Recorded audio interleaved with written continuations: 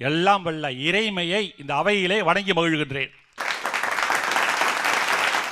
விண்ணாலும் தேவர்க்கு மேலாய வேதியணை, மண்ணாலும் மன்னவர்க்கு மாண்பாகி நின்ற அணை, தன்னார் தமிழளிக்கும் தன்பாண்டி நாட்டானை, பெண்ணாலும் பாகனை பேணும் பெருந்துறையில் கண்ணால் கழல்காட்டி நாயேனை ஆட்கொண்ட அண்ணாமலையானை பாடுதுங்கான் அம்மானை என்கின்ற மாணிக்கவாசகருடைய வரிகளை இந்த அவையிலே உச்சரித்து பட்டிமன்றத்தை துவக்குகிறேன்.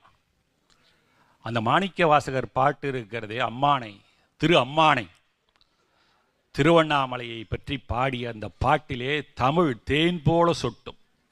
தன்னார் தமிழளிக்கும் தன்பாண்டி நாட்டானை என்கின்ற அந்த வரியை மீண்டும் மீண்டும் நான் படித்து பார்த்து ஆச்சரியப்படுவது உண்டு.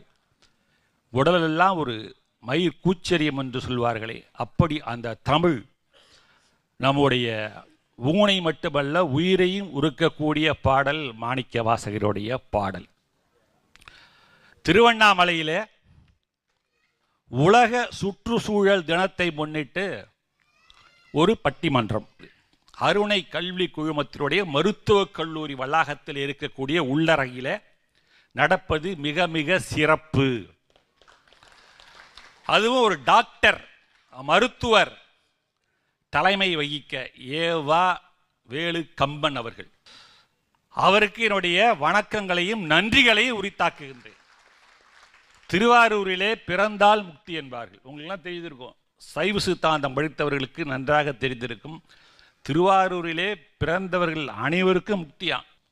ஊருக்கு வர முடியலையா, இந்த ஊருக்கு திருவண்ணாமலையை இங்கே இருக்கக்கூடிய அண்ணாமலையாரை அருணாச்சலேஸ்வரரை பார்க்க முடியவில்லையா, நீ திருவண்ணாமலை என்று நினைத்தாலே அந்த மலையை கண்முன் கொண்டு வந்து நிறுத்தினாலே உங்கள் அனைவருக்கும் முக்தி என்றால் அது ஒரு மிகப்பெரிய பேர் அல்லவா? என்னையா அப்போ சொன்னார் நம்ம டாக்டர் கம்பன் அவர்கள் சொன்னார்கள், கிரிவலம் என்பது முன்னெல்லாம் அந்த பௌர்ணமி என்று தான் சுற்றி வருவார்கள். நான் 20 வருஷத்துக்கு முன்னாடி ஒரு தடவை வந்தேன், ஒரு ஆயிரக்கணக்கான பேர் தான் வந்தாங்க, இன்னைக்கு லட்சக்கணக்கான மக்கள்.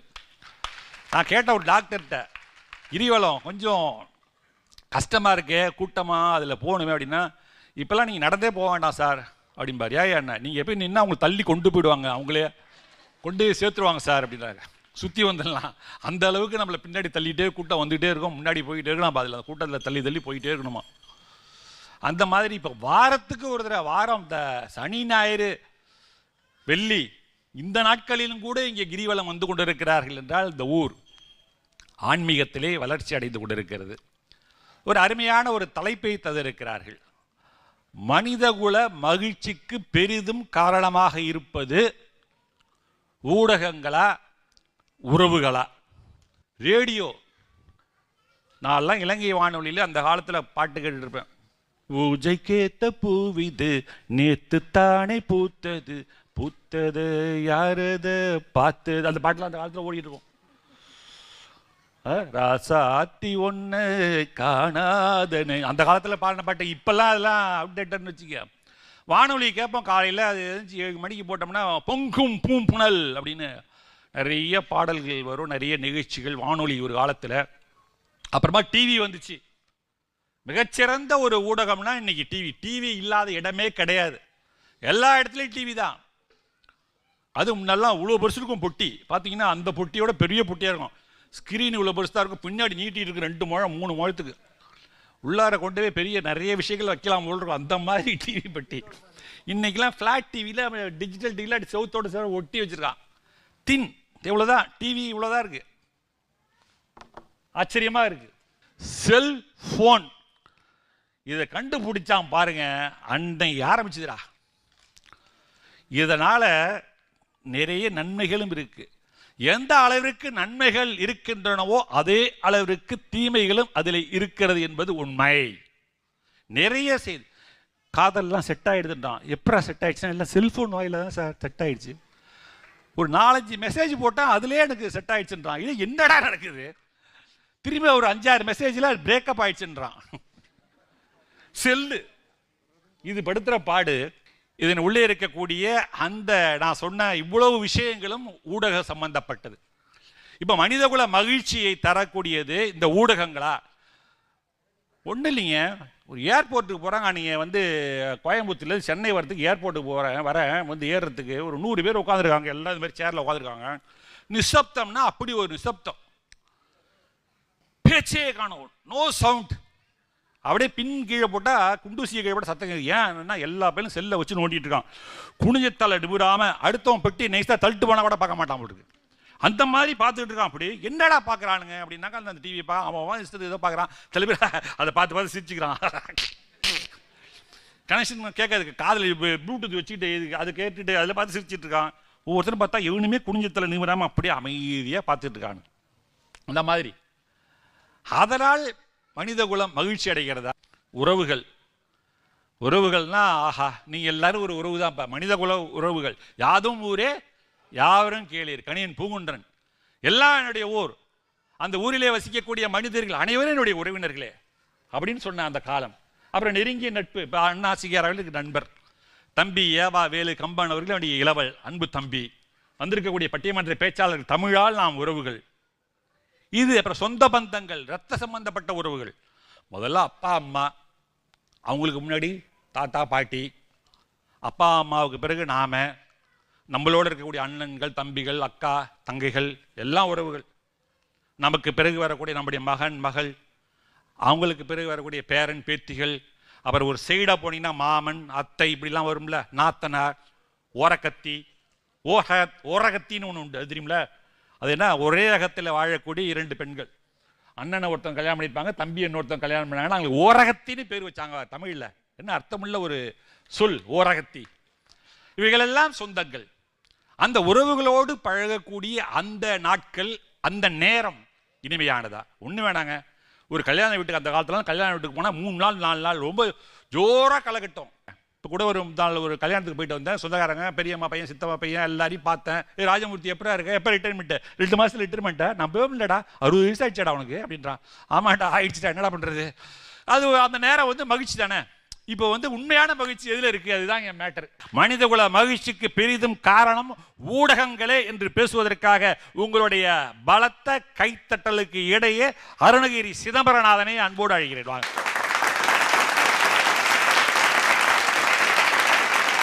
தென்பொதிகை சாரலிலே பிறந்து வந்து தென்பாண்டி மதுரையிலே சங்கம் கண்டு மன்னவர்கள் தம் மணிமுடியும் வணங்கி வீழ வைகையிலே விளையாடுகின்ற தாய்மொழி தமிழுக்கு முதல் வணக்கத்தை தெரிவித்துக் கொண்டு, அழகான நடுவர், அறிவான நடுவர், இலக்கிய நயம் வாய்ந்த நடுவர் என்று நாம் எல்லோரும் நினைத்து கொண்டிருக்கிறோம். ஆனால் என் மனதில் அவர் ஆன்மீக நடுவராகவே என்றும் தோன்றுகிறார். நடுவர் அவர்களுக்கு மனமார்ந்த வணக்கங்களை வணக்கம்பா. ரொம்ப ரொம்ப மகிழ்ச்சிப்பா. உலகத்திலேயே ஜோதி வடிவில்தான் இறைவனை காணலாம், ஆணும் பெண்ணும் சமம் என்று அர்த்தநாரீஸ்வரராக ஜோதி சொரூபமாகவும், குழந்தைகளுக்கு பேச்சு சரியாக வரலாம், அந்த டங் ட்விஸ்டர்னு சொல்லுவாங்க, நாக்கு புரட்சியை சரி பண்ணணும்னா அருணகிரிநாத பெருமான் அருளிய நம்முடைய திருப்புகழை பாடினாலே சரியாகிவிடும். திருப்புகழ் உருவான இடமும் யோகிகளை உருவாக்கிய இடம், ஞானிகளை இழுத்த இடம், 24x7 ஹாஸ்பிட்டல் மாதிரி என்றும் அன்னதானம் வழங்குகின்ற திரு அண்ணாமலை இந்த ஊரிலே இந்த நிகழ்ச்சி நடப்பது மிகவும் மனதிற்கு மகிழ்ச்சி அளிக்கிறது. அற்புதமான தலைப்பு. நடுவர் அவர்களே, நம்முடைய மனிதகுல மகிழ்ச்சிக்கு பெரிதும் துணையாக இருப்பது உறவுகளா ஊடகங்களா? இதுதான் தலைப்பு. ஆமா, மனசியாட்சியோட சொல்லணும். கல்யாணம் பண்ண யாருன்னா சந்தோஷமா இருக்கீங்களா? கிடையாது. இல்லை, அங்கே பாருங்க சத்தம் வேகமாக வருது. எந்த உறவால இங்க சந்தோஷம் நமக்கு இருக்கு? கிடையவே கிடையாது. உறவு என்றாலே பிரச்சனை தான். சீர்வரிசையில் வராத பிரச்சனை வேற எங்க இருக்கு? எங்க நடுவர் சொன்னாரு, கல்யாணம்னா அப்ப ஜேன்னு இருக்கும், இப்படி இருக்கும், அப்படி இருக்கும். இப்பெல்லாம் பேக்கேஜா போயிடுச்சு. ஒரு 10 ரூபா கொடுத்தா அவன் எல்லாத்தையும் பார்த்துப்பான். ஒரு 10 ரூபா இப்ப கம்மியா மொய் செஞ்சா போதும், நான் எவ்வளவு செஞ்சேன் தெரியுமா அப்படின்னு சட்டையை பிடிக்கக்கூடிய காலம். சின்னதா ஒரு பிரச்சனை, மரியாதை, தாய்மாமனுக்கு சின்ன மரியாதை கொடுக்கலாம், தாலி காட்டுற நேரத்தில் ஆள் காணாம போடுவார். அவரை தேடி நீ பின்னாடி ஓடணும். எனக்கு தேங்காய் சட்னி வைக்கல தெரியுமான்னு மேலே ஒரு அங்காளி பங்காளி சண்டை வளர்ப்பான். இந்த உறவுகளால் தொந்தரவுகள் மட்டும்தான் நம்மளுக்கு தொடர்ச்சியாக இருந்துகிட்டு இருக்கே தவிர சந்தோஷம் என்பது கிடையவே கிடையாது. நீங்கள் நீதிமன்றத்துக்கு போய் பாருங்க, அந்த காலத்தில் அண்ணன் தம்பி உறவுலாம் எப்படி இருந்துச்சு தெரியுங்களா? ராஜாக்கள் மாளிகையும் காணாத இன்பமடா, 4 கால் மண்டபம் போல் நாம் கொண்ட சொந்தமடா அப்படின்னு ஒரு அற்புதமான பாடல். அண்ணன் தம்பி அப்படி இருந்தாங்க. அண்ணன் அங்கே வந்தாருன்னா தம்பி இங்கே பயப்படுற, அண்ணன் வந்துட்டார் பேசாத அப்படின்னு சொல்லிட்டு ஒரு பயம். இப்போ என் இடத்துல நீ வீடு கட்டிடுவியா, கால் வச்சு பாடுறா, காலை தூக்குறேன் அப்படின்ட்டு நீதிமன்றத்தில் சொத்து பிரச்சனையில் தான் அண்ணன் தம்பி உறவு போயிட்டு இருக்கே தவிர பிறகு எப்படி இங்கே உறவுகள் சந்தோஷத்தை கொடுக்கும்? உறவுகள் என்னைக்குமே நல்லதை சொல்லியே கொடுக்காது. இன்ஸ்டாகிராமத்தில் வாடி வாழலாம், நாம வாழும் நிமிஷத்தெல்லாம் சுட்டு தள்ளலாம் அப்படின்னு சொல்லிட்டு ஒரு அற்புதமான பாடல் செல்ஃபி புள்ள. இப்படி தான் எங்களுடைய லைஃப் ஜாலியாக போயிட்டுருக்கு. நீங்களாம் ரொம்ப கஷ்டப்பட்டுருப்பீங்க அந்த காலத்தில், ஒளியும் ஒளியும் அதெல்லாம். அப்போ நாங்கள் ஏஞ்ச உடனே பல்லு விளக்குறமோ இல்லையோ, குளிக்கிறமோ இல்லையோ, ஸ்டோரி போட்டு சந்தோஷமாக இருப்போம். முன்னாடிலாம் ஸ்டேட்டஸோட வாழண்டான்னு சொல்லி கொடுத்தாங்க. ஆனால் எல்லார் ஸ்டேட்டஸையும் சமமாக வைக்க சொல்லி கொடுத்தது எங்களுக்கு வாட்ஸ்அப் தான். சார், கஷ்டப்பட்டு தொலைக்காட்சியில் அண்ணன் விஜயன் அண்ணெல்லாம் வந்திருக்காரு. எவ்வளோ சிரமப்பட்டு ஒரு இடத்துக்கு போகிறதுக்கு எவ்வளோ கஷ்டப்பட்டுருப்பாருன்னு தெரியும். ஒன்றுமே இல்லை சார், கும்பமேளா நடக்குது, வெறும் மணி வித்துட்டு இருந்துச்சு புள்ள. ஒரு அருமையான அழகான பொண்ணு, நீல நிறமான கண்ணு, அழகான பொண்ணு, நீல நிறமான கண்ணு. அப்புறம் அங்க ஒரே ஒரு இன்ஃப்ளூயன்சர் போனாப்ல, ஒரு போட்டோ எடுத்து போட்டாரு. ஊர்ல இருக்கிற எல்லா இன்ஃப்ளூயன்சரும் அந்த பொண்ணை போட்டோ எடுத்து போட்டுக்கிட்டே இருந்தாங்க. ஒரு தெருக்கோடியில் வெறும் மணி விற்று கொண்டிருந்த இன்று அந்த பெண்மணி கைகளால் மணி எண்ண முடியாத அளவிற்கு வருகின்ற ஹிந்தி படத்துல ஹீரோயினா நடிக்கிற அளவுக்கு ஒரு மோனலிசாவை அறிமுகப்படுத்தியது ஊடகம் தானே. ஒண்ணுமே இல்லை, ஆண் பெண் இரு பாலினம், மூன்றாம் பாலினம் திருநங்கை, உறவுகளால் கைவிடப்பட்டவர்கள். எந்த உறவு திருநங்கைக்கு ஆதரவு கொடுத்தாங்க? பாப்பா, உன்னுடைய உடல்ல இருக்கக்கூடிய வேதியியல் மாற்றம் தான் இதுக்கு காரணம், நாங்கள் உன்னை பார்த்துக்கிறோன்னு எந்த அப்பா அம்மாவும் சொல்றதில்லை, எந்த உறவும் சொல்வதில்லை. அவர்களாக வெளியே வந்து அவர்களாக ஒரு உறவை தேடிக்கொண்டு அவர்களாக வாழ்ந்துட்டு இருக்காங்க. காஞ்சனான்ற ஒரு திரைப்படத்தில் சுப்ரீம் ஸ்டார் சரத்குமார் அவர்கள் திருநங்கையாக வேடம் விட்டு ஒரு மருத்துவம் படிக்கக்கூடிய ஒரு பொண்ணை தத்து எடுத்து படிக்க வச்சார்னா எல்லாராலையும் சாதிக்க முடியும் என்ற காட்சிகளை கருத்தாக்கமாக கொடுப்பது ஊடகமா இல்லையா? எங்கள் ஊரில் 2-3 ஆண்டுகளுக்கு முன்னாடி பல நிகழ்ச்சிகளை நாங்கள் பார்க்கும்போது ஒரு பாப்பா அழகாக பாடும். நான் அசந்து பார்ப்பேன், ஆஹா அற்புதமாக பாடுறமா, நல்லா நீ வருவோமா அப்படின்னு அந்த நேரத்தில் வாழ்த்தினோம். விழுப்புரத்தில் புத்தக திருவிழா நடக்குது, அந்த பொண்ணு நல்லா பாடுது. அப்போ எங்களுடைய ஊடகமாக இருக்கக்கூடிய சோஷியல் டிஜிட்டல் மீடியாவில் ஒரு வீடியோ எடுத்து போடுறோம். உடனே மிகப்பெரிய தொலைக்காட்சிகளிலெல்லாம் அழைப்பு வந்து விஜய் டிவி சூப்பர் சிங்கரில் பாடி இன்று உலகம் அறியக்கூடிய வறுமை நிலையிலிருந்து இந்த மற்றவர்களை வாழ வைக்கக்கூடிய நிலைமைக்கு உயர்ந்திருக்கக்கூடிய அர்ஷினி நேத்ரா அவர்களை விழுப்புரத்திலிருந்து உருவாக்கியது ஊடகம்தான் என்பதை நாம் புரிஞ்சுக்கணும். சார், யாரு பிரச்சனை இருந்தால் சும்மா பேசலாம். இவங்க 3 பேரும் எல்லாருமே பாருங்க, கல்யாணம் ஆயிருந்தா வீட்டில் சண்டை போட்டு வந்திருப்பாங்க, இல்லைன்னா அப்பா அம்மா கூட சண்டை போட்டு வந்திருப்பாங்க. புருஷனுக்கு பொண்டாட்டியால பிரச்சனை, பொண்டாட்டிக்கு புருஷனால பிரச்சனை, இவங்க 2 பேரும் ஒன்றா இருந்தால் புள்ளையால பிரச்சனை, இது எல்லாம் நல்லா இருந்தால் மாமனார் மாமியார் பிரச்சனை, இது எல்லாம் இருந்தால் பக்கத்து வீட்டுக்காரன் பிரச்சனை, எல்லாமே சரியா இருந்தாலும் தாய் மாமன் பிரச்சனை, அவரு ஒழுங்கா இருந்தாலும் இவர் சொன்னார் எங்க நடுவர் அவர்கள் ஓரவத்தி நாத்தனாரு கொழுந்தனாரு நாறு நாருன்னு கிழிக்கிற பிரச்சனை. ஆக பிரச்சனைகளை மட்டுமே வைத்து கொண்டு மன நிம்மதியை கெடுத்து கொண்டு இருக்கிறது. லவ் பண்றவனுக்கு தான் தெரியும் கஷ்டம். ஏன் அந்த பொண்ணு கூட பேசுற, ஏன் பொண்ணு மட்டும் வாங்கிட்ட பேசுது? இதெல்லாம் ஒரு நல்ல விஷயம் தானே. நம்ம வந்து எல்லாரும் கூடயும் சகஜமா பழகிறது நல்லது தானே நடுவர் அவர்களே. அப்படி பழக விட மாட்டாங்க பெண்கள், அதை கொஞ்சம் நீங்க பார்த்து சரி பண்ணுங்க. அதனால என்றும் வாழ்க்கையில் எங்கு சென்றாலும் இந்த உறவுகள் நமக்கு கை கொடுக்காது, உன்னை தூற்றிக்கொண்டேதான் இருக்கும். ஆகையால் ஊடகங்கள் உனக்குள் ஒரு திறமை இருந்தால் நாடறிய செய்கிறது, காற்றுள்ள போதே தூற்றிக்கொள் என்பது போல இந்த ஊடகங்களை சரியாக பயன்படுத்தி கொண்டு உங்களுடைய திறமையை அங்கீகாரம் செய்து கொண்டு உங்கள் வாழ்க்கையில் சமூகத்திற்கு முன்னுதாரணமாக நீங்கள் வாழ்ந்து காட்டுங்கள். ஆகையால் என்றும் எங்களுக்கு மகிழ்ச்சியை தந்து கொண்டிருப்பது ஊடகங்களே ஊடகங்களே என்று தீர்ப்பளிக்குமாறு நாம் உறவாக இருப்போம் என்று கூறிக்கொள்கிறோம். நன்றி, வணக்கம் ஐயா. அருமை அருமை. அருணகிரி சிதம்பரநாதர் அவர் மெயினாக சொன்ன ஒரு குற்றச்சாட்டு உறவுகளை பற்றி. இந்த உறவுகள் எல்லாம் எப்பொழுதுமே சும்மா இருக்காது, ஏதாவது ஒரு பிரச்சனை கொண்டு வந்துக்கிட்டே இருக்கும். அதை சமாளிக்கிறது ரொம்ப கஷ்டம். அதுக்கு பதில் பேசாமல் செல்ஃபோனை நோண்டிகிட்டு இருக்கலாம். இப்போ சமீபத்தில் நேற்றுக்கு முந்தின நாள் ஒரு செய்தித்தாளில் பார்த்தேன், கல்யாணம் தாலி கட்டுற நேரம், கல்யாணம் வந்துருச்சு தம்பி, தாலி கட்டுற நேரம், இந்த பொண்ணு ஒருத்தனுக்கு ஃபோனில் பேசிகிட்டு இருக்கு, ஒரு ஆள்கிட்ட 10 நிமிஷமாக பேசுது. மாப்பிள்ளை தாலி கட்டுற நேரத்தில் யார்கிட்ட பேசுறது? என்னுடைய எக்ஸ் லவ்வர்கிட்ட பேசுகிறேன். வேணாம்மா, அவனே கட்டிட்டு நல்லா இரு, இது வரையில் கல்யாணத்துக்கான செலவெல்லாம் கொடுத்துட்டிங்கன்னா நான் ஒதுங்கி ஒரு பக்கமாக போயிடுவேன், நீ அவங்க கூடயே வாழுன்னு சொல்லிட்டு பிரிஞ்சு வந்துட்டானா. இது வந்து பொய்யல்ல, உண்மையான ஒரு செய்தி. இந்த செல்ஃபோனு அவர் சொன்ன மாதிரி ஒவ்வொன்று தூக்கி விடும், சில நேரம் வச்சு ஒரே அமுக்கிறது இல்லை, ஆளையே க்ளோஸ் பண்ணிவிடும் அப்படின்னு அவர் பேசியிருக்கிறார். உறவுகளை பற்றி குறை சொல்லியிருக்கிறார். இதற்கு தகுந்த பதிலை சொல்வதற்காக இந்த பக்கத்தினுடைய அணியினுடைய தலைவர் அண்ணா சிங்காரவேலு வருகிறார். வாங்க. இங்கிருந்தபடியும் இல்லங்களில் இருந்தபடியும் இந்த சிறப்பு பட்டிமன்றத்தை கண்டுகளித்துக் கொண்டிருக்கிற உங்கள் அத்தனை பேருக்கும் என்னுடைய பணிவான நன்றியையும் வணக்கத்தையும் தெரிவித்துக் ஊருக்குள் கோவில் இருக்கும், ஊருக்குள் கோவில் இருக்கும். ஆனால் ஒரு ஊரே கோவிலாக இருப்பது திருவண்ணாமலை. திருவண்ணாமலை மண்ணையும் மக்களையும் வணங்கி தொடங்க அந்த மலையே சிவன் என்கிறார்கள். நடுவர்களே, இந்த மேடையில் பேசுறது பெருமைமிகு. எனக்கு தெரிஞ்சு திருவண்ணாமலையினுடைய ஆளுமை மிக்க மனிதர்கள் உட்கார்ந்துருக்கிற இந்த சபையில் பேசுறதுல உண்மையிலே எனக்கு கிடைச்ச மிகப்பெரிய வாய்ப்பாக. உண்மையிலேயே அற்புதமான நடுவரை பற்றி நிறைய பேருக்கு தெரியாமல் இருக்கலாம். இன்றைக்கு நாடறிந்த ஒரு நற்றமிழ் நாயகர். அந்த நற்றமிழ் நாயகங்கிற பட்டத்தை கொடுத்தது முத்தமிழறிஞர் டாக்டர் கலைஞர் தான் அந்த பட்டத்தை அவங்களுக்கு கொடுத்தாங்க. நீங்கள் கம்மன் கழகத்தில் அவருடைய பேச்சை கேட்கலாம், ஞான சபை வடலூர் ஞான சபையில் அவர் பேச்சை கேட்கலாம், அரிமா சங்கம், ரோட்டி சங்கம் அவர் பேச்சை கேட்கலாம், பட்டிமன்றத்தில் கேட்கலாம். எல்லா சபைகளிலும் பேசக்கூடிய ஒரு மனிதராக இன்றைக்கு உலகம் முழுவதும் வளர்ந்து கொண்டிருக்கிற நடுவர் அவர்களுக்கு உங்கள் கைத்தட்டல் மூலமாக மீண்டும் என்னுடைய நன்றியை தெரிவித்துக் கொள்கிறேன். இங்கே உறவுகள்னு சொல்கிறது ஒரே வரியில் ஆக்க சக்திங்க. நாங்களாம் ஆக்க சக்தி, அது அழிவு சக்தி. பாசத்தை பற்றி சொல்லும்போது பாசபந்தம்னு சொல்லுவோம். அதெல்லாம் கொளுத்த வந்த தீப்பந்தங்கள். இந்த ஊடகங்களுக்கு அவங்க சப்போர்ட் பண்ணுறது எனக்கு ஆச்சரியமாக இருக்குது. நீங்கள் ஒரே ஒரு விஷயத்தை உணர்ந்துக்கங்களேன். ஒரு மானும் ஒரு குட்டி மானும் ஒரு சின்ன மானுங்க பிறந்து 3 மாதம் ஆகுது. தாய்மான் ஓட்டப்பந்தயம் வைக்குமா? நம்ம டெய்லி நம்ம ஓடுவோம்னு ஓட்டப்பந்தயம் வைக்குமா? டெய்லி பார்த்தா குட்டிமான் தான் தோற்று போகும். ஒரு நாள் குட்டிமான் ஜெயிச்சுதுங்க. தாய்மான் சந்தோஷப்பட்டு சிரிச்சுதான். அப்போ தான் குட்டிமான் அம்மாவை பார்த்து கேட்டுதான், அம்மா டெய்லி ஓட்டப்பந்தயம் வைப்பேன், நான் தோற்று போவேன், நீ தான் ஜெயிப்ப, அப்பெல்லாம் சிரிக்கலையே, இன்னைக்கு நான் ஜெயிச்சுட்டேன், நீ தோத்துட்ட, இப்போ போய் சிரிக்கிறியேன்னு தாய்மானை பார்த்து கேட்டுதான். அப்போ தான் தாய்மான் சொன்னதான், நான் ஜெயிப்பதல்ல சந்தோஷம், என் பிள்ளைகள் ஜெயிப்பதுதான் எப்போதும் பெற்றோர்களுக்கு சந்தோஷம் அப்படின்னு பிள்ளைகளை ஜெயிக்க வைத்து சந்தோஷப்படுகிற உறவுகள் இருக்கிற காலத்தில் எப்படி வேணாலும் பேசலாமா? நான் சொல்கிறேங்க, நான் சொல்கிறது தப்பாக இருந்தால் நீங்கள் கைதட்ட வேணாம். பெற்றோர்கள் நிறைய பேர் இருக்கீங்க. இந்த தலைமுறையில் நடக்கிற மாற்றம் என்ன தெரியுங்களா? படிக்காத அப்பா அம்மா 5ஆம் வகுப்பு கூட படிக்கல, ஆனால் பிள்ளைய நல்லா படிக்க வச்சுட்டாங்க.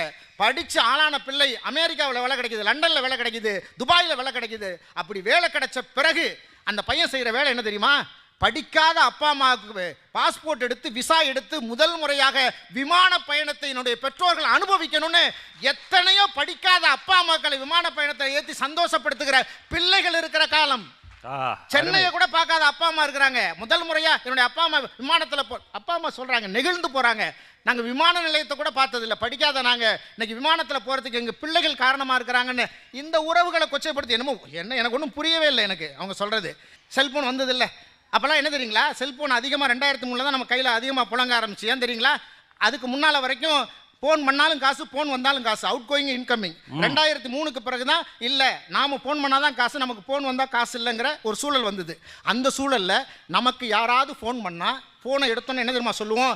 நேரில் பேசிக்கலாம்னு சொல்லுவோம். இப்போ யாரையாவது நேரில் பார்த்தா ஃபோனில் பேசிக்கலாம்.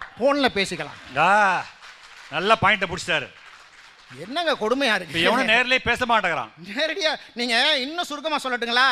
தாவி தாவி விளையாண்ட குழந்தைகள் இருந்தது அந்த காலம், தடவி தடவி விளையாடுகிற குழந்தைகள் இருப்பது இந்த காலம். தடவி ரேகையே தேஞ்சு போச்சு. கால் வலிக்க விளையாண்ட குழந்தைகள் இருந்தது அந்த காலம், கண் வலிக்க விளையாடுகிற குழந்தைகள் இருப்பது இந்த காலம். அருமையா. நேற்று ட்ரெயினில் வந்து 3 மணிக்கு ஒருத்தர் செல்ல நோண்டிட்டு இருக்கான். 12 மணிக்கு பார்த்தா அவன் மூஞ்சில அந்த ஒளிவட்ட தெரிஞ்சுது. என்னங்க செல்ல நோண்டுறான், பார்க்குறான் 3 மணிக்கும். அப்போ தூங்கவே இல்லை அவன். பொதுவாக ஒரு வார்த்தை சொல்லுவாங்க, இன்னைக்கு கிராமத்தில் சொல்ற வார்த்தை தான், உப்போட அருமையும் அப்பனோட அருமையும் இல்லாத போது தான் தெரியும்னு ஒரு வார்த்தையை பதிவு பண்ணுவாங்க. இன்னைக்கு ஒரு ராணுவத்தில் வேலை பார்க்குற ஒரு வீரனுங்க 1 மாத விடுமுறையில் வீட்டுக்கு வந்திருக்கான். முடிஞ்சு ஒரே நாள் தான் கிளம்பணும். மனைவியை பார்த்து கூப்பிட்டு சொன்னான், இல்லை ஒரே ஒரு தடவை ஒன்று ஆற தழுவி கேட்டுமான்னு கேட்டான். மனைவி புதுசாக பார்த்தா, என்னது புரியலையே, இல்லை ஒரே ஒரு தடவை ஒன்று இருக்க கட்டி பிடிச்சி கட்டுமான்னு கேட்டான். மனைவி அண்ணாந்து பார்த்தோன்னே அந்த இராணுவ வீரன் என்ன தெரியுமா சொன்னான்? லீவு முடிஞ்சு நான் திரும்ப போகிறேன், நான் போயிட்டு திரும்ப வரும்போது தேசிய கொடியை ஏற்றி விட்டு வருவேனா அல்லது தேசிய கொடியை போத்தி கொண்டு வருவேனா எனக்கு தெரியாது. அருமை. கையில் பெட்டியோடு வருவேனா அல்லது பெட்டிக்குள் வருவேனா எனக்கு தெரியாது. அதுவரை நீ வீட்டை பார்த்துக்கொள், தேசத்தை நான் பார்த்துக் கொள்கிறேன் என்று சொல்லுகிற உறவுகள் இருக்கிற தேசத்தில் வந்து உறவுகளை எல்லாம் கொச்சப்படுத்துற மாதிரி எனக்கு தெரியல. நான் கேட்குறேன், என்ன பேசிட்டு போனவர் என்ன புத்தரா? நடுவில் உட்காந்துருக்க அம்மா என்ன அன்னை தெரசாவா? இவர் என்ன போதி தர்மரா? பொதுவாக நம்ம உறவுகளை பற்றி சொல்லும்போது என்ன தெரியுமா சொல்லுவோம்? உறவுகளில் அதிகமாக இவங்க சொல்கிறது என்ன? புருஷன் பொண்டாட்டி சண்டை வருது. என்னையா குடும்பம்? வாழ்க்கைங்கிறது எப்படி தெரியுங்களா இருக்கணும்? முதல்ல தம்பி கல்யாணத்துக்கு முன்னால் ஒரு விஷயத்தை கற்றுக்கப்பா. இந்த கால்பந்து விளையாடுறாங்கல்ல, 11 பேர் சேர்ந்து கால்பந்து, இந்த பக்கம் 11 பேர், இந்த பக்கம் 11 பேர். அதில் நீங்கள் கவனிச்சிங்கன்னா தெரியும், 7ஆம் நம்பர் அவன் என்ன பண்ணுவான் தெரியுங்களா, பாலை அப்படியே தட்டிக்கிட்டே வருவான், 1/2 கிலோமீட்டர் அப்படியே தட்டிக்கிட்டே வந்து தான் டீமில் இருக்கிற 4ஆம் நம்பர் காலுக்கு அப்படி தட்டி கொடுப்பான். 4ஆம் நம்பர் ஒரே ஒரு ஷாட் தாங்க அடிப்பான், அது கோல் விழுந்துடும். ஓன்னு கத்தி இந்த 4ஆம் நம்பரை தலையில் வச்சு சுமந்து கொண்டாடுவாங்க. மறுநாள் பார்த்தா 1/2 கிலோமீட்டர் தள்ளிக்கிட்டே வந்த 7ஆம் நம்பருடைய ஃபோட்டோ வராது, ஒரே ஒரு ஷாட் கொடுத்தா 4ஆம் நம்பர் ஃபோட்டோ தான் வரும். அதுக்காக அந்த 7ஆம் நம்பர் ஒரு காலமும் வருத்தப்பட்டதில்லை. நாம தானே இவ்வளோ கஷ்டப்பட்டு பாலை 1/2 கிலோமீட்டர் தட்டிட்டு வந்தோம், ஒரு ஷாட் தானே அவன் பண்ணான், அவன் ஃபோட்டோ தானே வந்திருக்குன்னு அவன் வருத்தப்பட மாட்டான். ஏன் தெரியுங்களா, அது டீம் ஒர்க், குழுவினுடைய வெற்றி. அதே போல ஒரு குடும்பத்தில் ஒருத்தர் வெற்றி பெற்றால் அது குடும்பத்தினுடைய வெற்றியாக சந்தோஷப்படுவது தான் உறவுகள். சண்டையில் ஒருவர் தாங்க ஜெயிக்க முடியும், சண்டையில் ஒருவர் தான் ஜெயிக்க முடியும், சமாதானத்தில் தான் இருவரும் ஜெயிக்க முடியும் என்று பெரியவர்கள் நமக்கு சொல்லி கொடுத்துருக்காங்க. வாழ்க்கையில் பல பேர் வெளிநாடு, நிறைய இளைஞர்கள் வெளிநாடு போறாங்க. வெளிநாடு போன உடனே நம்ம லண்டன் போன உடனே என்ன தெரியுமா பண்ணுவான், மாப்பிள்ள லண்டன் சூப்பர்ரா, என்ன மாதிரி பங்களா, என்ன மாதிரி கார், கப்பல் மாதிரி கார், என்ன மாதிரி ரோடு, நம்ம ஊரெல்லாம் ஒரு ஊரா, நான் இனிமேல் வரமாட்டேன்டா, இங்கே செட்டில் ஆக போகிறேன், சூப்பர் அப்படிங்குவான். அடுத்த 1 வருஷம் கழிச்சு அவன் தான் ஃபோன் பண்ணுவான், மாப்பிள்ள நம்ம ஊர் இங்கே இருக்கிற மாதிரி கார் நம்ம ஊரில் இல்லை, இங்கே இருக்கிற மாதிரி வீடு நம்ம ஊரில் இல்லை, இங்கே இருக்கிற மாதிரி ரோடு நம்ம ஊரில் இல்லை, ஆனால் அங்கே இருக்கிற மாதிரி குடும்பம் இங்கே இல்லைடா, உறவுகள் இங்கே இல்லைடா, ரொம்ப நாள் என்னால் இருக்க முடியாது, எவ்வளோ சீக்கிரம் சம்பாரிச்சிட்டு வர முடியுமோ அவளை சம்பாரிச்சிட்டு சீக்கிரம் வந்து செட்டில் ஆகிடலாம்னு நினைக்கிறேன்னு சொல்லக்கூடிய அந்த பிரிந்த நிலையில் இருக்கும்போது தாங்க உறவினுடைய அருமைகள் தெரியும். அந்த உறவு தான் சிறப்புங்கிற ஒரு தீர்ப்பு இல்லைங்க, அதான் யதார்த்தம். அதை நீங்கள் வழங்க வேண்டும் என்று கேட்டு, அதுக்கு முன்னால் இப்படி ஒரு அற்புதமான இந்த நிகழ்வை நாங்கள் இங்கே வழங்குவதற்கு காரணமாக இருந்த அருணை கல்வி குழுமம், அதனுடைய மரியாதைக்குரிய இயக்குனர், உண்மையிலே ஒரு இளம் ஆளுமையாக இந்த பகுதியின் மக்களுடைய செல்வாக்கு பெற்ற டாக்டர் கம்மன் சார் அவர்களுக்கு உங்கள் கைதட்டல் மூலமாக நன்றியை சொல்லி மீண்டும் உங்கள் அத்தனை பேருக்கு நன்றி கூறி வணக்கம் கூறி விடைபெற்றுக் கொள்கிறேன். நன்றி, வணக்கம். இயற்கையே இறைமையாக கண்டு வழிபட்டவர் வள்ளலார். கோடையிலே இலைப்பாற்றிக் கொள்ளுவை கிடைத்த குளிர் தருவென்றால் விருட்சம், நிழல் தரக்கூடிய விருட்சம் இருக்கிறது, அது தரு என்பார்கள். அதே போல ஓடையில் வரக்கூடிய தண்ணீர், அங்கே இருக்கக்கூடிய நிழல், அது தரக்கூடிய கனி, இவைகளையெல்லாம் இறைமையாக வள்ளலார் காட்டுகிறார். எனக்கு முன்பாக கம்பன் என்ற பெயர் தாங்கிய அன்பர் அமர்ந்திருக்கிறார். நீரிடை உறங்கும் ஜங்கம், நிழலிடை உறங்கும் மேதி, தூரிடை உறங்கும் ஆமை, துறையிடை உறங்கும் இப்பி, தாரிடை உறங்கும் வண்டு, தாமரை உறங்கும் செய்யாள், போரிடை உறங்கும் அன்னம், பொழிலிடை உறங்கும் தோகை. கம்பராமாயணத்தில் கம்பன் இயற்கை வளத்தை கம்பன் பாடுகிறான் பாரு, ரொம்ப ஆச்சரியம். இந்த பாட்டை படித்து பார்த்து விட்டு அப்படியே மெய்சில் இருத்தேன். என்ன அதுக்கு உரை எழுதுறாரு, கிட்டத்தட்ட 300 பக்கம் ஒருத்தர் எழுதுகிறார், ராப்பி சேதுப்பிள்ளை. நீரிடை உறங்கும் சங்கம், சங்கம் என்றால் சங்கு, தண்ணீர் துறைகளிலே, குளத்திலே, ஆற்றிலே, எங்கே போனாலும் குட்டைகள், நிறைய ஏரிகள், எங்கு போனாலும் அங்கே சங்கு, அது உறங்கி கொண்டிருக்கிறது. ஏன்? யாரும் அங்கு வந்து அதனை அலம்பி விட, அதை குழப்பி விட, அல்லது தண்ணீர் விழும் போது கலக்கி விட வேண்டிய அவசியம் இல்லை, இது அப்படியே கிடக்கிறது. நீரிடை உறங்கும் சங்கம், நிழலிடை உறங்கும் மேதி. மேதின்னா எருமை, பொருள் பார்க்குறேன், மேதினா எருமைன்னு ஒரு பொருள் உண்டு. நிறைய வார்த்தைகளுக்கு பொருளை நாம் அறிய வேண்டுமானால் கம்பராமாயணத்தை படிக்க வேண்டும். நல்லா பேசியிருக்கிறார், உறவுகளை தூக்கி வைத்து பேசியிருக்கிறார், பெற்றோர்களை தூக்கி வைத்து பேசியிருக்கிறார், மிக சிறப்பு. இப்போ இதற்கு பதில் சொல்ல வேண்டும் ஊடகம். சும்மா ஜிலு ஜிலுன்னு வந்திருக்கிறாரு.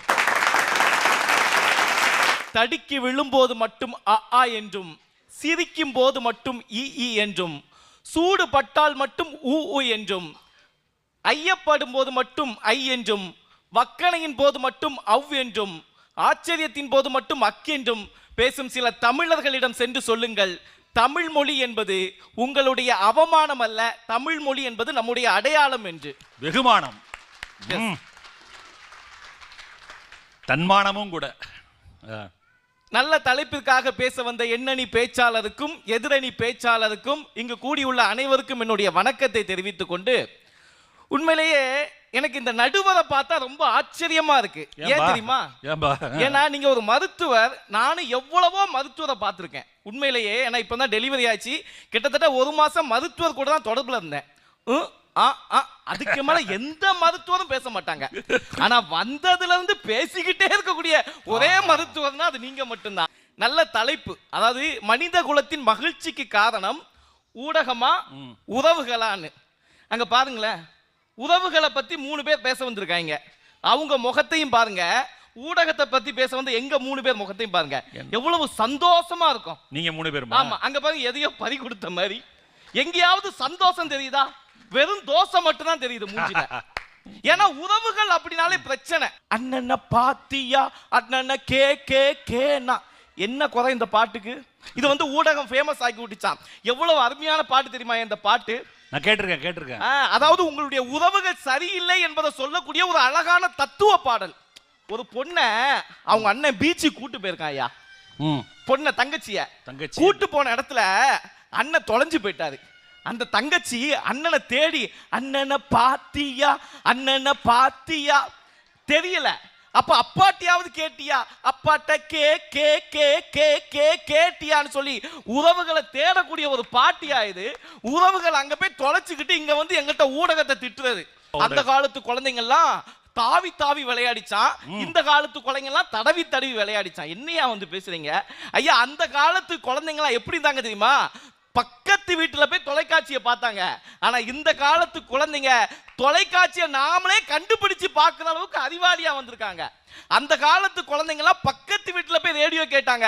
ஆனா இந்த காலத்து குழந்தைங்க ரேடியோவை கண்டுபிடிக்கிற அளவுக்கு அறிவாளி ஆயிருக்காங்க. அந்த காலத்து குழந்தைகளுக்கெல்லாம் ஆசிரியர் பாடம் எடுத்தாங்க. ஆனா இந்த காலத்து குழந்தைங்க ஆசிரியர் பாடம் எடுப்பதுல ஒரு சின்ன தப்பு இருந்தா கூட கூகுளை பார்த்து ஆசிரியருக்கே சுட்டி காட்டக்கூடிய அளவுக்கு திறமைசாலிகளை எங்களுடைய ஊடகம் வளர்த்துக்கிட்டு இருக்கு. இப்பெல்லாம் பாடம் எடுக்க போற ஆசிரியர் ரொம்ப உஷாரா போகணும். ஏன்னா ஏற்கனவே நெட்ல பார்த்துட்டு தான் வருவான். ஆமா, 2 கேள்வியை கேட்பான், பதில் சொல்றோம். இன்னொன்று ராணுவம் பாத்தீங்களா? இன்னைக்கு ராணுவம் உறவுகளை வந்து நாங்க தான் வளர்க்கணும். பெட்டியோட வந்தா நான் உயிரோட இருக்கேன், பெட்டிக்குள்ள வந்தா நான் மறைந்துட்டேன் நீ நினைச்சுக்கோன்னு.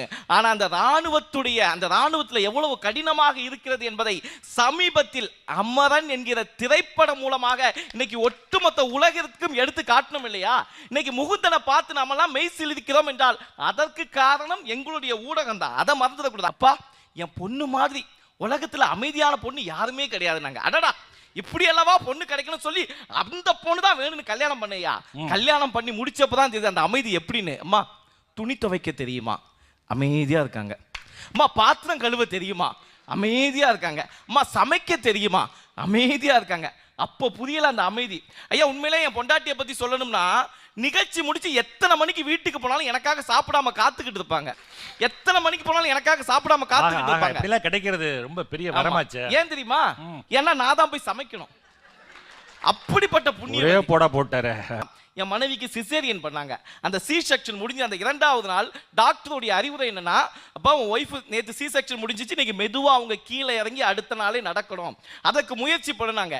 என் மனைவி அப்படி லைட்டா தூக்கி கூட நசு இருக்காங்க, அப்படி மெதுவா நடமாங்க. அவங்களுக்கு வலி தாங்க முடியல. உண்மையிலே பெண்களுக்கெல்லாம் இந்த இடத்துல நான் போற்றுகிறேன்.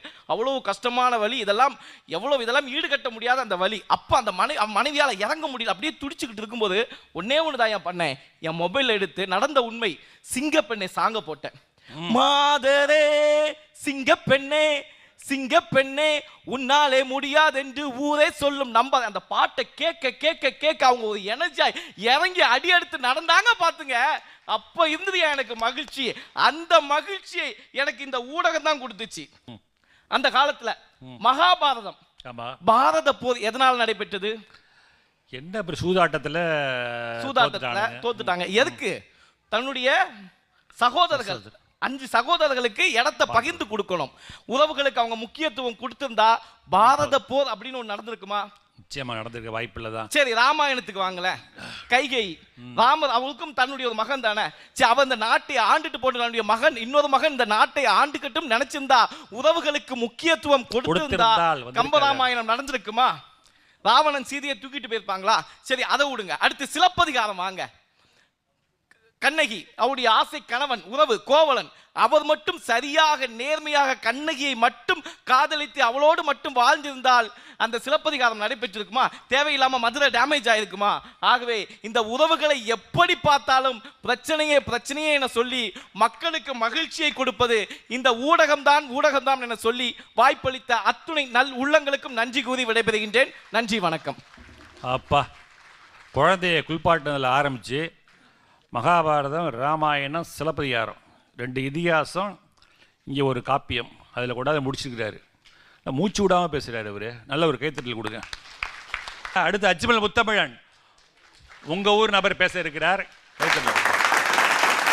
அன்னையும் பிதாவுமாகிய என் முன்னறி தெய்வங்களை முதற்கண் வணங்கி மகிழ்ந்து இந்த இனிய நாளிலே இனிய வாழ்ப்பை வழங்கியிருக்கக்கூடிய புதுயுகம் தொலைக்காட்சிக்கு மனமார்ந்த வணக்க மகரந்தங்களை தெரிவித்து கொண்டு புதுயுகம் தொலைக்காட்சியினுடைய நேயர்கள் அத்துணை பேருக்கும் அன்பான வணக்கங்களும் நன்றிகளும்.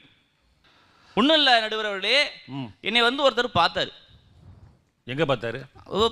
பார்த்துட்டு அவர் சொல்கிறாரு, உங்களை நான் எங்கேயோ பார்த்தா மாதிரி இருக்கு, நீங்கள் ஃபேஸ்புக்கில் இருக்கிறீங்களா? ஃபேஸ்புக்கில் பார்த்தோமா? இல்லைங்க. இன்ஸ்டாகிராமில் பார்த்தோமா?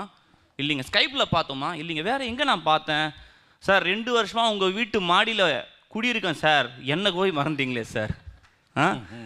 ஆக உங்களுடைய ஊடகங்கள் இப்படி தான் இருக்குது, சரிங்களா? ஊடகங்கள் ஒரு காலத்தில் நல்லா இருந்தது. இன்றைக்கி நீங்கள் சொன்னீங்க இன்ஸ்டாகிராமு, ஃபேஸ்புக்கு, வாட்ஸ்அப்பு, இந்த தொல்லைகளால் ஒரு காலத்தில் நம்முடைய பாரதியார் ஒரு பாட்டு எழுதினார். காலை எழுந்தவுடன் படிப்பு, பின்பு கனிவு கொடுக்கும் நல்ல பாட்டு, மாலை முழுவதும் விளையாட்டு என்று வழக்கப்படுத்தி கொள்ளு பாப்பா அப்படின்னு சொல்லி பாப்பா பாட்டுக்கு எழுதினார். ஆனால் இன்னைக்கு அதே பாரதியார் உயிரோடு இருந்திருந்தா இந்த ஊடகங்கள் செய்கிற தொல்லை தாங்காமல் பாட்டை அவர் இப்படி மாற்றிருப்பார். காலை எழுந்தவுடன் ஃபேஸ்புக், பின்பு கனிவு கொடுக்கும் நல்ல ட்விட்டர், மாலை முழுவதும் இன்ஸ்டா சேட்டு என்று வழக்கப்படுத்தி கொள்ளு பாப்பா அப்படின்னு எழுதியிருப்பார். குடும்பம்னாலே என்னது? குடு இன்பம், இதுதான் குடும்பம். அப்படிப்பட்ட குடும்பத்தை பற்றி பேசும்போது நம்முடைய கவியரசு கண்ணதாசன் ரொம்ப அருமையாக பாடுவார். பாசம் என்று எதை சொல்வது, பக்தி என்று எதை சொல்வது, அன்னை தந்தை காட்டும் நல்ல சொந்தம் அல்லவா. சொந்தம் ஊடகம்னு சொல்ல அவர். உள்ளம் பிள்ளை என்னும் துணை வந்தது, உள்ளம் எங்கும் இடம் கொண்டது, இல்லம் கண்டு தெய்வம் தந்த செல்வம் அல்லவா. நல்லதொரு குடும்பம், பல்கலைக்கழகம், அன்பு மணி வழங்கும் சுரங்கம், வாழ்க வாழ்க. இதுதான் உறவினுடைய உன்னதம். நடுவர் அவர்களே, குடும்பத்தை பத்தி பாடுறாரு, கையை தட்டுங்க. உங்களுடைய பிள்ளை வந்து சரியாக படிக்காதவன் அப்படின்னு ஒரு கல்வி நிறுவனம் வீட்டுக்கு அனுப்பிச்சிடுது. நீ படிக்கலனா என்னடா, நான் உனக்கு பாடம் சொல்லி கொடுக்குறேன்னு சொல்லிட்டு அந்த பிள்ளையினுடைய அம்மா பாடம் சொல்லி கொடுத்து பின்னால இந்த உலகத்துக்கே வெளிச்சத்தை தந்த தாமஸ் ஆல்வா எடிசன் என்ற ஒரு அறிஞர் வந்தார் என்று சொன்னால் அம்மா என்ற உறவுதான் காரணம். அது மட்டுமா, தன்னுடைய கல்விக்கு தடையாக தீவிரவாதிகளே வந்தாலும் உனக்கு துணையாக நான் இருக்கிறேன், நீ சென்று போய் படின்னு சொல்லி ஒரு பெண்ணை படிப்புக்கு அனுப்பிச்சு வைத்து தனக்கு அந்த பெண்ணுக்கு துணையாக இருந்தார் என்று சொன்னால், யூசுப் ஜாய் என்று சொல்லக்கூடிய ஒரு தந்தையாக இருந்து மலாலா என்ற ஒரு நோபல் பரிசு பெற்ற ஒரு பெண்ணை நமக்கு அடையாளப்படுத்தியது அப்பா என்று சொல்லக்கூடிய உறவு. ஆமா, அது மட்டும் இல்ல நடுவர் அவர்களே, கணவன் எவ்வழியோ தானும் அவ்வழி அப்படின்னு நம்முடைய அண்ணல் காந்தியடிகளார் அறப்போராட்டத்தை கையில் எடுத்து அஹிம்சை பாதையின் வழியாக போகும் பொழுது நம்முடைய காந்தி பிரானுக்கு உற்ற துணையாக இருந்தது அவருடைய துணைவி கஸ்தூரிபா காந்தி என்று சொன்னால் அது மிகையாகாது. இதுதான் உறவினுடைய பெருமை. இன்னும் சொல்ல போனால் வறுமை நிலையிலும் கூட என் அன்பு தம்பியே, நீ சென்று படித்து வாடா MITக்குன்னு சொல்லி தன்னுடைய நகைகளை எல்லாம் விட்டு கொடுத்தவர் ஒரு அக்கா. அந்த அக்காவுக்கு தம்பி வேறு யாரும் கிடையாது, நம்முடைய இந்திய நாட்டுடைய மேனாள் ஜனாதிபதி டாக்டர் APJ அப்துல் கலாம் என்று சொன்னால் இதுதான் உன்னதமான உணர்வு. இது அருமையான ஒரு திரையிசை பாடல் இப்படி சொல்றாங்க. உன் மூச்சில் நான் வாழ்ந்தால் என் முதுமை ஆனந்தம், நீ இன்னொரு பிறவியில் என்னை பெற்றால் இன்னும் ஆனந்தம், பனி கொட்டும் மாதத்தில் உன் வெப்பம் ஆனந்தம், என் காது வரைக்கும் கம்பளி போர்த்தும் கருணை ஆனந்தம், சொந்தம் ஓர் ஆனந்தம், பந்தம் பேரானந்தம்.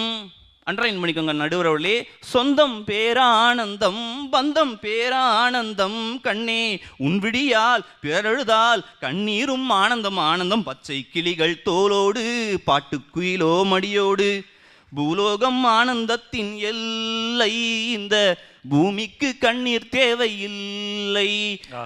மனிதர்களுக்கு உறவுகள் இருந்தால் கண்ணீரே தேவையில்லை தேவையில்லை தேவையில்லை என்று சொல்லி அன்பு காட்ட அம்மாவும், வழிகாட்ட தந்தையும், சண்டையிட தங்கையும், விளையாடுவதற்கு தம்பியும், பாதுகாக்க அண்ணனும், உதவிக்கு அக்காவும், கண்டிப்பதற்கு சித்தப்பாவும், அதட்டுவதற்கு பெரியப்பாவும், நிழல் போல இருக்கும் மாமாவும், கண் போல காக்கும் அத்தையும், தோள் கொடுக்க தோழனும், அறிவு புகட்ட ஆசானும், கதை சொல்ல காத்திருக்கும் பாட்டியும், பாசம் காட்ட காத்திருக்கும் தாத்தாவும் இருக்கும் வரை உறவுகளால் மட்டும்தான் இந்த மனித குலத்திற்கு மகிழ்ச்சி நிலைத்திருக்கும் என்று நல்ல ஒரு தீர்ப்பை நீங்கள் வழங்குவீர்கள் என்று சொல்லி நிறைவு செய்கிறேன். நன்றி, வணக்கம். உறவுகளுடைய பெருமையை நிறைய வரலாறுலாம் சொன்னார். Thomas Alva Edison, Abdul Kalam, தம்பி ஏஆர் ரஹ்மானு அந்த கீபோர்டு வாங்குறதுக்கு அவங்க அம்மா வளையலை விற்று வாங்கி கொடுத்துருக்காங்க.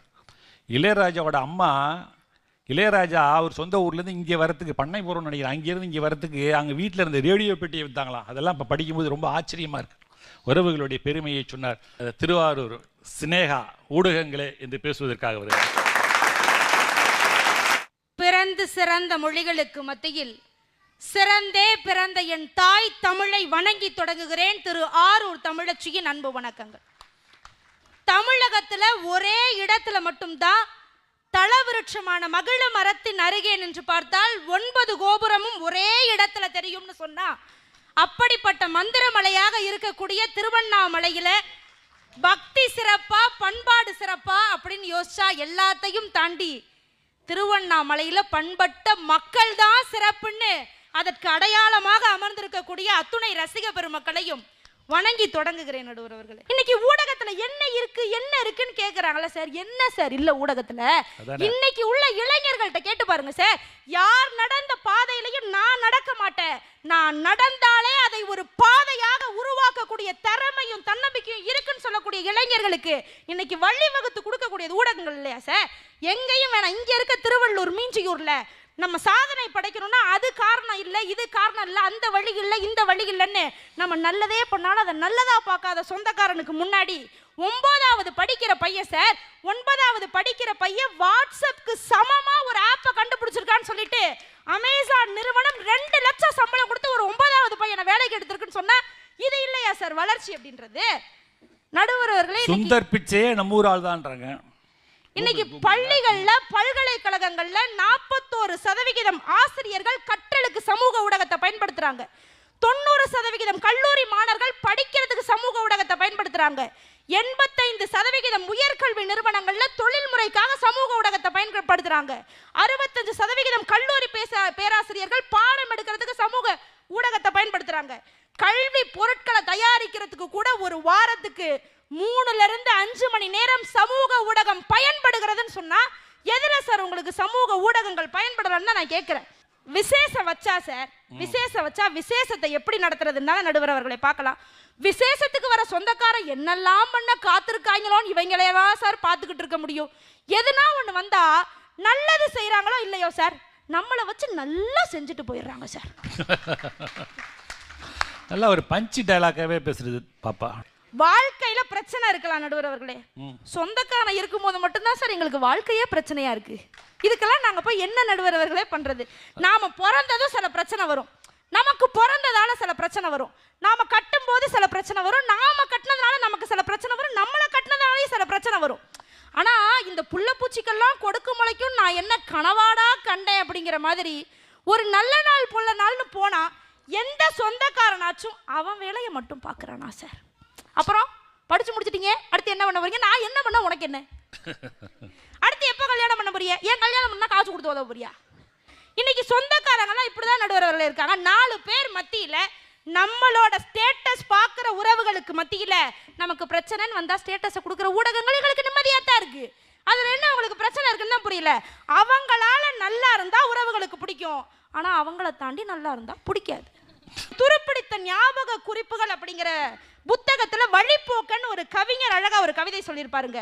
வாழ்வில் எனக்கொன்றும் வருத்தங்களோ சிக்கல்களோ இருந்ததில்லை, வருத்தங்களோ சிக்கல்களும் எப்போதும் இருந்ததில்லை, இப்படித்தான் வாழ வேண்டும் என்று நீங்கள் நிர்ணயிக்கும் நிபந்தனைகளில் இருக்கிறது என்னுடைய வாழ்க்கைக்கான சிக்கல்னு சொன்னா என்னுடைய வாழ்க்கையை நான் எப்படி வாழ வேண்டும் என்ற நிபந்தனைகளை உறவுக்காரர்கள் எப்போதும் வைத்துக் கொண்டே இருக்கிறார்கள். நடுவர் அவர்களே, என்னுடைய வாழ்க்கையை வாழ்வதற்காக பிறந்தவன் தானே நான். எனக்கு வாழ தெரியாதா?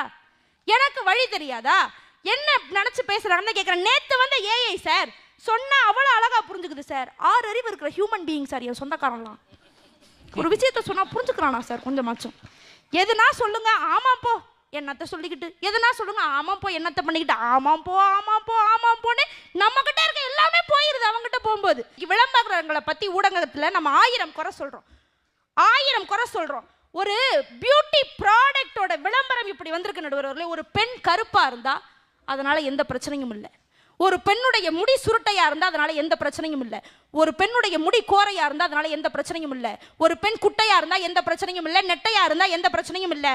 ஸ்டாப் தி பியூட்டி டெஸ்ட் அப்படின்ற ஹேஷ்டேக இன்னைக்கு பிரபலமாக்கிக்கிட்டு இருக்கதே ஒரு பியூட்டி ப்ராடக்ட் நிறுவனம் தான் அப்படின்னு சொன்னா, இன்னைக்கு உள்ள ஊடகங்களுக்கு நிறைய சமூக பொறுப்புகள் இருக்கிறது, நிறைய சமூக பணிகள் இருக்கிறது, நிறைய மனித நேயமும் இருக்கிறது என்பதைத்தான் நாங்கள் பதிவு செய்ய விரும்புகிறோம். இன்னைக்கு ஏதோ ஒரு கஷ்டங்க, சொந்தக்காரங்கிட்ட நீங்க போய் ஒரு கடன் கேளுங்களேன், நல்லா வாழைப்பழம் மாதிரி பேசுவான் சார் அப்படின்னு இருக்கிறவங்களாம் ஒரு 5000 ரூபாய் கடன் கேட்டா கடன் கொடுத்து உதவ வேணாம் சார். எல்லாராலையும் எப்போதும் பண உதவிகள் செய்ய முடியாது, கடன் கொடுத்து உதவ வேணாம். ஆறுதலான வார்த்தைகளை கூட இவர்களால் விதைக்க முடியவில்லை என்றால் உறவுக்காரர்கள் என்பது உணர்வில்லாதவர்கள் அப்படின்னு தானே சார் இன்னைக்கு வாழ்க்கையில பல பேர் கடந்து போய்கிட்டு இருக்கோம். ஆனா இன்னைக்கு யார் என்னன்னு முன்ன பின்ன தெரியாதவங்க கூட கிரவுட் ஃபண்டிங்னு ஒரு வார்த்தை இருக்கு சார். ஃபேஸ்புக்லயோ ஏதோ ஒரு சமூக வலைதளங்கள்லயோ ஊடகங்கள்லயோ எனக்கு இந்த கஷ்டம், என் குழந்தையை காப்பாற்ற முடியல, என் குழந்தைக்கு இப்படி ஒரு தீராத நோய் இருக்கு, என்னுடைய கணவனுக்கு இப்படி ஒரு ஆக்சிடென்ட் ஆயிருக்கு, என்னுடைய குடும்பம் இப்படிப்பட்ட கஷ்டத்துல இருக்குன்னு யாரோ ஒருத்தர் போடுற செய்திக்கு கீழே எத்தனையோ 1000 நபர்கள் கோடி கணக்கில் சொத்து வச்சிருக்கிறவங்க உதவுறானா இல்லையான்னு எனக்கு தெரியாது சார். ஒரு 800 ரூபாய் சாதாரண சம்பளத்துக்கு கூலி வேலையா போகக்கூடிய எத்தனையோ நண்பர்களும் நபர்களும் யாரோ ஒருத்தர் கஷ்டப்படுறாங்க. அவங்களுடைய கஷ்டத்துல எடுக்கக்கூடிய 50 ரூபாய் பங்காச்சும் என்னுடைய பங்காக இருக்கட்டும் என்று மனம் முகந்து உதவக்கூடிய மனங்கள் இன்னைக்கு இருக்கு. அது ஊடகங்கள் மூலமா வளர்ந்து கொண்டேதான் இருக்கு என்று கூறி மனிதகுல மகிழ்ச்சிக்கு என்றுமே பெரிதும் காரணமாக இருப்பது ஊடகங்களே என்று கூறி நல்ல வாய்ப்புக்கு நன்றி பாராட்டி விடைபெறுகிறேன். நன்றி, வணக்கம். ஆரூர் சினேகா வந்து பொழிஞ்சிட்டாங்க, அப்படியே மழை பொழிவது போல பேச்சு. சொந்தக்காரன் மேலாம் ஏன் இவ்வளவு ஒரு காட்டமாக இருக்காங்க தெரியல, வெறுப்பில் இருக்காங்க தெரியல. ஆனால் இந்த சொந்தக்காரனும் சும்மாவே இருக்க மாட்டான். எல்லாரும் ஒரே மாதிரியே அப்படிங்க இருக்க முடியும். 5 விரலும் ஒன்றா இருக்கா? ஒன்றுத்துக்கு எவ்வளோ வித்தியாசம் இருக்குது. மனித பிறப்பும் அப்படித்தாங்க. தனித்திரு பசித்திரு விழித்திரு வள்ளலார் சொல்றார். தனித்திரு என்பது ஒரு தனித்தன்மையோடு இரு. அற்புதமான பேச்சு. இப்போ நிறைவா பேசணும். திருச்சி நிர்மதா வாங்க. உறவுகளே அப்படின்னு திரும்ப அதுக்கு ஆதரவாக பேசுவதற்காக. உள்ளம் கொள்ளை போகுதே உண்மை இன்பம் காணுதே, தெள்ளுத்தமிழ் தம்மாங்கு பாடிடுதே தம்மாங்கு பாடுகின்ற அப்படிப்பட்ட தெள்ளுத்தமிழாகிய செந்தமிழினை வணங்கி அவையோர் அனைவருக்கும் சிரம் தாழ்ந்த வணக்கங்கள்ங்க. ஒரு அருமையான ஊருக்கு என்ன பேச கூப்பிட்டுருக்கீங்க நடுவர்களே. அதுவும் அருமையான தலைப்புல எனக்கு ஏத்த மாதிரியான ஒரு தலைப்பு கொடுத்துருக்கீங்க. ஒரு கூட்டு குடும்பத்தில் பிறந்த பெண்மணியாக இந்த தலைப்பை பேசுவதில் பெருமிதம் அடைகிறேன். நன்றி நடுவர்களே இப்படி ஒரு தலைப்பு கொடுத்ததுக்கு. சார், உலகத்தில் 1000கணக்கான பேரழகிகள் இருந்தாலும் உலக மக்கள் அனைவருமே ஒப்புக்கொள்ளக்கூடிய ஒரு மாபெரும் பேரழகி யாருன்னு சொன்னா அம்மா சார்.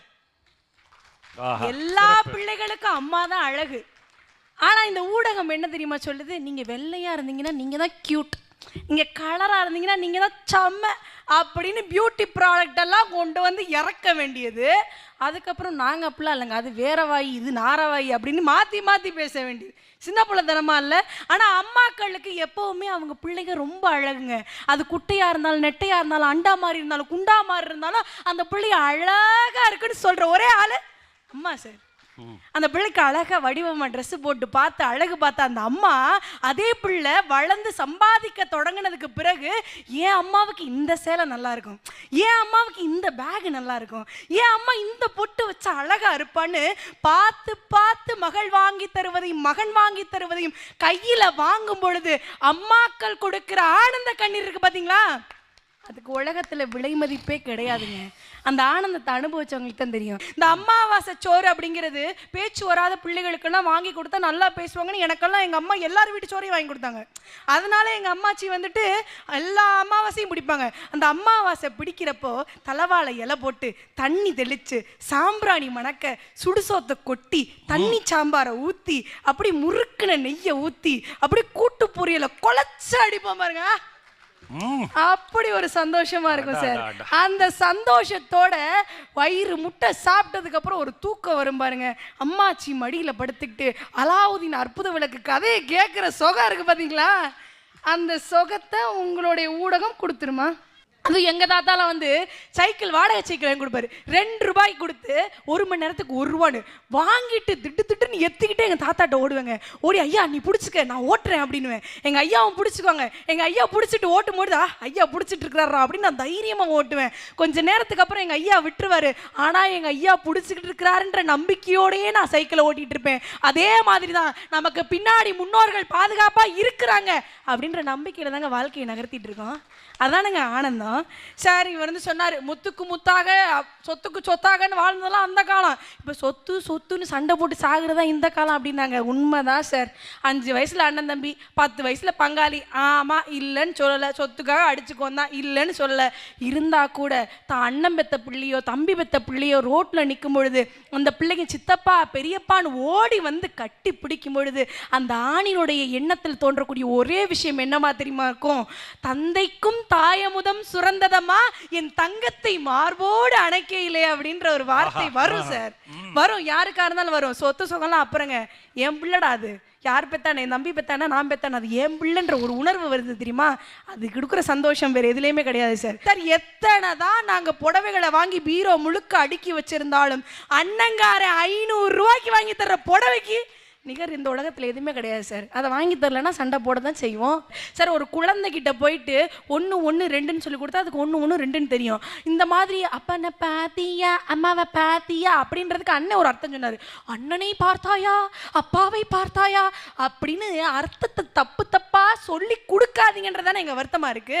பாதகம் செய்பவரை கண்டால் பயம் கொள்ளல் ஆகாது பாப்பா, மோதி மிதித்து விடு பாப்பா, அவர் முகத்தில் உமிழ்ந்து விடு பாப்பா அப்படின்னு சொல்லி பாருங்க சார். இத்தனை நேரம் சொன்னதெல்லாம் நம்மளுடைய ரத்த சொந்தம் சார். ரத்த சொந்தம் இருக்கட்டும் சார். எனக்கும் உனக்கும் எந்த சம்பந்தமுமே இல்லை. நீ எங்கேயோ பிறந்த, நான் எங்கேயோ பிறந்தேன். இருந்தாலும் கூட உனக்கு ஒரு பிரச்சனை அப்படின்னா ஓடி வந்து நிற்கிறான் பார்த்தீங்களா நட்பு எனும் உறவு. அந்த உறவுக்கு நிகராக ஏதாவது சொல்ல முடியுமா சார்? சொல்கிறாங்க நாங்கள்லாம் வந்து சோகமாக இருந்தால் ஸ்டேட்டஸை போட்டுவிட்டு சென்று விடுவோம் சார். நீ சோகமாக லவ் ஃபெயிலியர்னு ஒரு ஸ்டேட்டஸ் போட்டினா கூட திரிசா இல்லைன்னா நயன்தாரான்னு சொல்கிறதுக்கு ஒரு நண்பன் வேணும் சார். அவன் இருந்தாதான் சார் நம்மளால தேறி வெளியே வர முடியும்.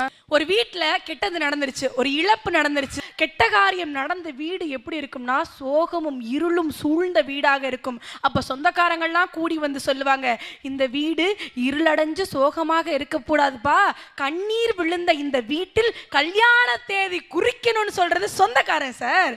சார் ஒரு சந்தோஷமான நிகழ்வை கொண்டு வாடா, சங்கடங்கள் எல்லாம் அப்படியே பறந்து போயிடும். இப்படியெல்லாம் சொல்லி தேத்துறதுக்கு சொந்தக்காரன் ஒருத்தர் இல்லைன்னா நம்மெல்லாம் சுகவாசியாகவே இருக்க முடியாது.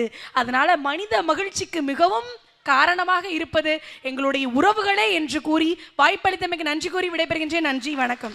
அப்பா மிக சிறப்பாக 2 பக்கமும் பேசியிருக்கிறார்கள். லீவு நாள்னாக்கா மாமா வீடு போவோம், தாய் மாமா வீடு.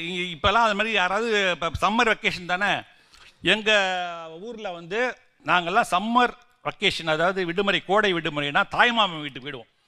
தாய்மாமா வீட்டில் என்னான்னு கேட்டிங்கன்னா அவங்களோட பிறந்த அக்கா தங்கச்சி, எங்கள் அம்மாவோட பிறந்த அக்கா தங்கச்சி 5 பேர். அந்த 5 பேருடைய பசங்களும் வந்துடுவாங்க. அங்கெல்லாம் இரவில் எல்லாம் ஒன்றா படுத்து கிடப்போம், பேசிக்கிட்டு ஜாலியாக இஷ்டத்துக்கு பேசுவோம். அப்போவே வந்து சண்டை ஒரு எம்ஜிஆரா சிவாஜியான, அதுக்கு சிவாஜிக்கு 4 பேர் பேசுவான், எம்ஜிஆருக்கு 4 பேர் பேசுவான். அது ஒரு ஜாலியாக இருக்குங்க. சொந்த பந்தம் நேரம் போகிறதே தெரியாதுங்க. ஊடகங்கள் பலவிதமாக நமக்கு நம்முடைய நேரத்தை அவைகள் விழுங்கி கொண்டிருக்கின்றன. செல்லில் நாம் வந்து பயன்படுத்துவதை விட இந்த செல்லால் நம்முடைய நேரத்தை அதிகமாக செலவழித்து வீணடித்து கொண்டிருக்கிறோம் என்பதுதான் உண்மை. உள்ளபடியே இது வந்து நிறைய முழுங்குது.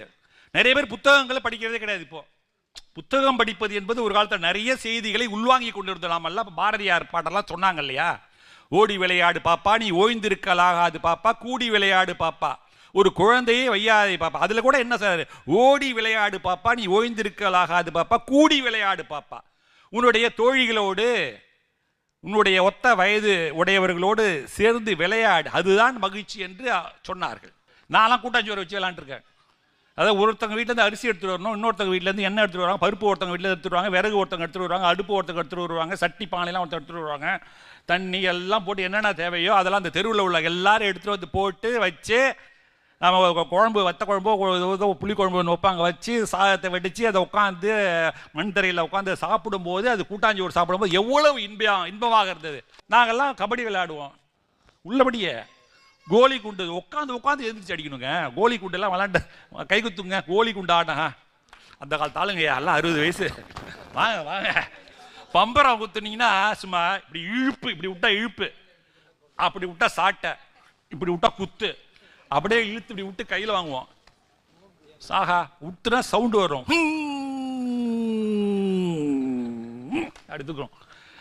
அதெல்லாம் விளையாடும்போது, பசங்களோடு சேர்ந்து விளையாடும்போது என்ன, இன்னைக்கு எல்லாம் இதை வச்சுட்டு தனிமையில் ஒதுங்குறான், ரூமுக்குள்ளே உட்காந்துக்கிட்டு யார்கிட்டையும் பேச மாட்டேங்கிறான். இன்றைய இளைஞர்கள், என் பையனை சேர்த்துதான் சொல்கிறேன், பேசுகிறானா 4 வார்த்தை 5 வார்த்தைக்கு மேலே சொந்தக்காரர்கிட்ட பேச மாட்டேங்கிறான். வெக்கமாக இருக்கு நமக்கு. ஏன் இப்படி இருக்கான் அவன், என்ன பண்ணி தொலைகிறது, அப்படிதான் இருக்கான். டேய் வந்திருக்கிறது மாமாடா சித்தப்பாடா, 4 வார்த்தை பேசுகிறாடா. அதான் சொல்கிறோம்ல. அப்புறம் என்னடா எப்படி எழுதிருக்கு எக்ஸாமில், ஏதாவது இப்போ நம்ம எழுதுவாங்க, 10 பேர் எழுதி மெசேஜ் பண்ணால் ஒரே தம்ஸ் அப்படி போட்டு முடிச்சுடுவான். இதெல்லாம் சோம்பேறி பயலுவலாக இருக்கானுங்க, பேசுகிறதுக்கும் சோம்பேறியாக இருக்கானுவோ, இதில் அவன் டைப் படிக்கிறது சோம்பேறியாக இருக்கு. இந்த காலத்து இளைஞர்கள் நம்ம நினைச்சு நம்ம பையில தான் அப்படி இருக்கானா, அவன் சொல்கிறான் ஆஃபீஸில் என் பையன்லாம் அப்படி தாசாக இருக்கானுவோ. எல்லா பையில எதிர்காலத்தில் எல்லா பையிலும் பார்த்தா இதோடய வாழ்வானவங்க போட்டிருக்கு. நிறைய மனம் சம்பந்தப்பட்ட நோய்கள் எல்லாம் இந்த செல்போனால் வருகிறது என்பது நிச்சயமான ஒரு உண்மை. அதே போல மானூத்து மத்தையில மாங்குட்டி பத்த மயிலே பொட்ட புள்ள பிறந்ததுக்கு புலிகாட்டில் குயிலே தாய்மாமன் சீர் சுமந்து வாராண்டி அவன் தங்க கொலுசு கொண்டு வாராண்டி. அது மாதிரி தாய்மாமன் சீரை கொண்டு வரும்போது அது ஒரு தனி பெருமைங்க. அந்த நேரத்தில் கிடைக்கக்கூடிய அந்த மகிழ்ச்சி இருக்கிறதே, அது அளவில முடியாத ஒரு மகிழ்ச்சி. இந்த ஊடகங்கள் என்பது அகிரிணைகள், அதுதான் மெயின் பாயிண்ட். இதுக்கு என்ன உயிர் இருக்கா, இதுக்கு ஏதாவது மனசு இருக்கா, இது நம்ம கூட பேசுமா, இது வழி தான் காட்டும். இப்போ இடம் தெரியல, திருவண்ணாமலைக்கு போட சொன்ன ஒரு ரூட்டு மேப், அது எங்கேயோ சந்து பொந்துலெல்லாம் கொண்டு விட்டுருச்சு.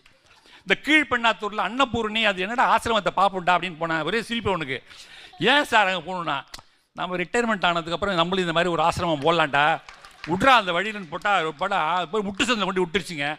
அங்கே இறங்கி அன்னபூர்ணி அம்மா என்ன மாறி பார்க்குறான். அந்த அம்மா இப்படி போய் சார் மெயின் ரோட்டில் போய் அப்படி வாங்கினா, அங்கே போனால் அதுக்கும் ரூட் இல்லை. இது இதை போட்டு இது நம்பி போனோம்னா சமயத்தில் முட்டு சந்தில் கொண்டு விட்டுரும். இதை நம்பக்கூடாது.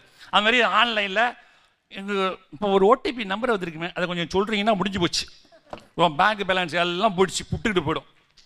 இதை நம்பிக்கிட்டு போனோம்னா என்ன வருது, இதை ட்ரெயின் ஆப்னு ஒன்று, ட்ரெயின் மேன், ஆத்திரி ரயில் நிறைய இருக்குது. ட்ரெயின் எங்கே வருது சார், அவசரப்படாதீங்க, இப்போ ஏன் போகிறீங்க, ஏன் இப்போ தான் ட்ரெயின் குத்தாலத்துக்கிட்ட வரப்போகுது, நீங்கள் அதுக்குள்ளே எதுக்கு போகணும், ஸ்டேஷன் போடணுங்க. அது நம்ப முடியுமா? சமயத்தில் நம்ம லேட்டாக அதை நம்பிட்டு போயிடுச்சுப்பா. இதை எப்போதும் நம்ப முடியும். ஆனால் சொந்த பந்தங்கள், உறவுகள், மனம் உள்ளவர்கள், மனசாட்சி உள்ளவர்கள், உயிர் உள்ளவர்கள், அவர்கள் நம்மோடு என்றைக்கும் இணங்கி வாழ்வார்கள், தோள் கொடுப்பார்கள். தோள் கொடுப்பான் தோழன் என்றே உண்டு. நம்முடைய இன்ப துன்பங்களை பகிர்ந்து கொள்வதற்கு நல்ல மனிதர்கள் தேவை. உன்னுடைய இன்பத்தை பகிர்ந்தனால உன்னுடைய துன்பம் ரொம்ப சோகமாக இருக்குன்னா இதுகிட்ட போய் எல்லாத்தையும் சொல்ல முடியுமா? கோயிலில் அண்ணாமலையார்ட்ட வேணா சொல்லலாம், அண்ணாமலையாரே என்னை ஏன் அப்படி ஆகிட்ட, எனக்கு இந்த துன்பத்தை நீ எப்போ போக போகிற போக்கு அப்படின்னு சொல்லிட்டு ஏதோ சாமியை கும்பிட்டு வருவோம். ஆனால் இதுகிட்ட போய் சொல்ல முடியுமா, உன்னை நான் வாங்கி வச்சுருக்கேன் 1.5 லட்சம் ரூபாய்க்கு, என் கஷ்டத்தை நீ போக்குவியா? சொல்ல முடியாது. என் நண்பர்கிட்ட கூப்பிட்டு சொல்லலாம், டேய் அப்படின்னு, என்னடா ஆச்சும்மா, ரொம்ப மனசு கஷ்டம், சொல்லுடா, உனக்கு என்னடா, நீ ஏன்டா கவலைப்படுற, நீ ராஜா மாதிரி ஆள்தாலே, இதெல்லாம் டே நீ எப்பேற்பட்ட ஆள் நீ, டே ராஜமூர்த்தி நீயாடா, டே எதை வந்தாலும் ஒரு கை பார்க்கலாம் நிப்பியாடாமா ஃப்ரெண்டு. அப்போ நமக்கு என்ன ஆகும்னா ஒரு உற்சாகம் வரும். நாம ஏன்டா இதை பார்த்து பயப்படணும், தோண்டு போகணும் அப்படின்னு சொல்லிட்டு தலை நிமிர்ந்து நிற்பாங்க. ஆக நமக்கு ஆறுதல் தர, தேர்தல் தர, உதவி செய்ய, எல்லாவற்றிற்கும் நமக்கு துணையாக இருப்பது ஊடகங்களை விட உறவுகளே.